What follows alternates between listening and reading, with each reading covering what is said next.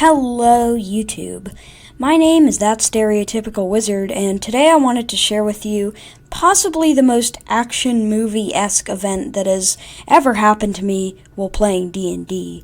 For a bit of background, this adventure was with Pelios and Machismo, and if you haven't watched my funny stories video, it's pretty unlikely you'll know what's going on. Just a heads up. Basically, the mission at hand was to sabotage a high-tech Duergar war machine they were building to aid them in the fight against the dwarves. With us, we had expert spy Morp Dinkstone, a peculiar little dwarf who was, as the DM put it, charmingly off-putting. We came across the cave the Duergar were using as a base of operations and set a plan in order. Morp had already created a false identity from previous encounters with these Duergar, so he just strolled into the cave saying, "I'm back," in Undercommon. Little did the Duergar know, Pelios was accompanying him, turned invisible. Morp made his way aboard the ship while Machismo lit a fire outside the cave and began to make conversational noises. Pretty soon the Duergar took notice, and 2 of the 3 left to investigate. Pelios, after a few bad rolls, took care of the 1 remaining Duergar and climbed aboard the ship, seeing 4 other Duergar making their way over to Morp, who was fiddling with some buttons on the control panel up a hallway. Pelios raised his sword and completely blew up the Duergar in the rear with a bit of help from Smite, as Machismo raced back into the cave, a little scratched from his encounter with the Duergar, but pretty well off. As soon as Pelios had clambered aboard, the ship began to hum and lift off the ground. Machismo managed to leap up and grasp hold of the ship and pull himself up through the open trap door that was used to enter. At this point, I think I should mention that the whole craft was shaped like a bird-bat type thing. Trust me, this detail will be very important later. Now that both the Carrion brothers were aboard, we began to face off against the Duergar. 2 were fighting us, while another one was slowly strangling Morp. Some damage was dealt, but Duergar is surprisingly hardy, and I knew we needed a quick and easy way to dispose of at least one to get to Morp.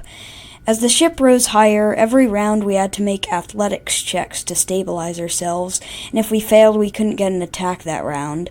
Another important detail to mention is that Machismo is a divination wizard, meaning that at the beginning of every session he rolls 2d20s and can replace someone else's or his own rolls with those portent/divination rolls at any point during the session. And this time, he rolled a 5 and a 4. Eventually, Machismo decided to replace the Duergar who was strangling Morp's roundly athletics check with the 4, and he let go of Morp since he had failed the check. Back to Pelios, I finally had an idea, but it was risky. When my turn came, I asked the DM, "Can I push one of the Duergar out of the ship?" We looked it up, and as an action you can shove a creature. At first, I was a bit hesitant, considering that I had been rolling a lot of garbage, and this failed check could result in the death of my character. To sweeten the pot a bit, though, the DM said that I would get a point of inspiration if I was able to pull it off, and I knew I had to try. We rolled contested athletics checks, and I rolled a 10, plus 7 for my bonuses for 17 total.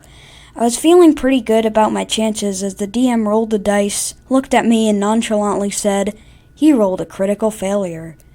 I was so pumped as the DM described the scene. Pelios tackled the Duergar, and he desperately tried to reach out for his companion's ankles, who rolled successfully in hopping over the hands of his flailing companion. But then Machismo came in.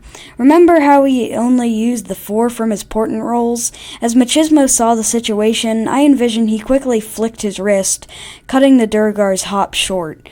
As they both began to slide out of the trapdoor, I made one last athletics check for the memes to grab the last one's hand and succeeded. I grabbed his hand right before they flew out of the craft, struck an imposing pose, and uttered 5 words. "Time to fly the nest." See, I told you that detail would be important later.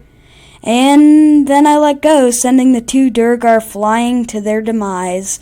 And maybe the funniest thing out of this whole sequence of events was that the Duergar had no idea what I said because they didn't speak common.